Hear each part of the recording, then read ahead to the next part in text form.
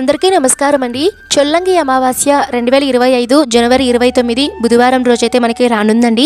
చాలా శక్తివంతమైనటువంటి అమావాస్య అండి. ఈ అమావాస్యని మౌని అమావాస్య అని, తయ అమావాస్య అనే పేర్లతో అయితే పిలుస్తాము. ఈ రోజు ప్రత్యేకత ఏంటంటే సాక్షాత్తు విష్ణుమూర్తి భూమి మీద శ్రీ వైద్య వీర రాఘవ స్వామిగా అవతరించిన రోజు ఈ చొల్లంగి అమావాస్య అండి. ఈ రోజున విష్ణుమూర్తి అవతారమైనటువంటి శ్రీ వైద్య వీర రాఘవ స్వామిని ఆరాధించడం వలన అనారోగ్య సమస్యలతో బాధపడుతున్న వాళ్ళు పూర్తిగా ఆరోగ్యవంతులు అవుతారు అనేది ఒక నమ్మకం అండి. మనకి వైద్య వీర రాఘవ స్వామి టెంపుల్ వచ్చేసి ఎక్కువగా అయితే తమిళనాడులో మాత్రమే ఉన్నట్లుగా మనకి ప్రాచుర్యంలో అయితే ఉందండి.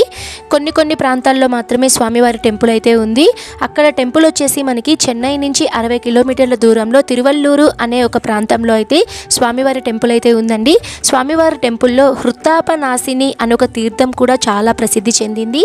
స్వామివారి పుష్కరిణి కూడా చాలా విశేషత ఉందండి. ఎవరైనా సరే అనారోగ్య సమస్యలతో బాధపడుతున్న వాళ్ళు స్వామివారి పుష్కరిణిలో బెల్లం అనేది వేసి నమస్కారం ప్రదక్షిణలు చేస్తే పూర్తిగా కోలుకొని ఆరోగ్యవంతులు అవుతారు అనే ఒక నమ్మకం అండి. పూర్తి పూజా విధానం వివరాలన్నీ కూడా మన ఛానల్లో వీడియో అయితే ఉంది. ఇంట్రెస్ట్ ఉంటే తప్పకుండా చూడండి. Thank you for watching.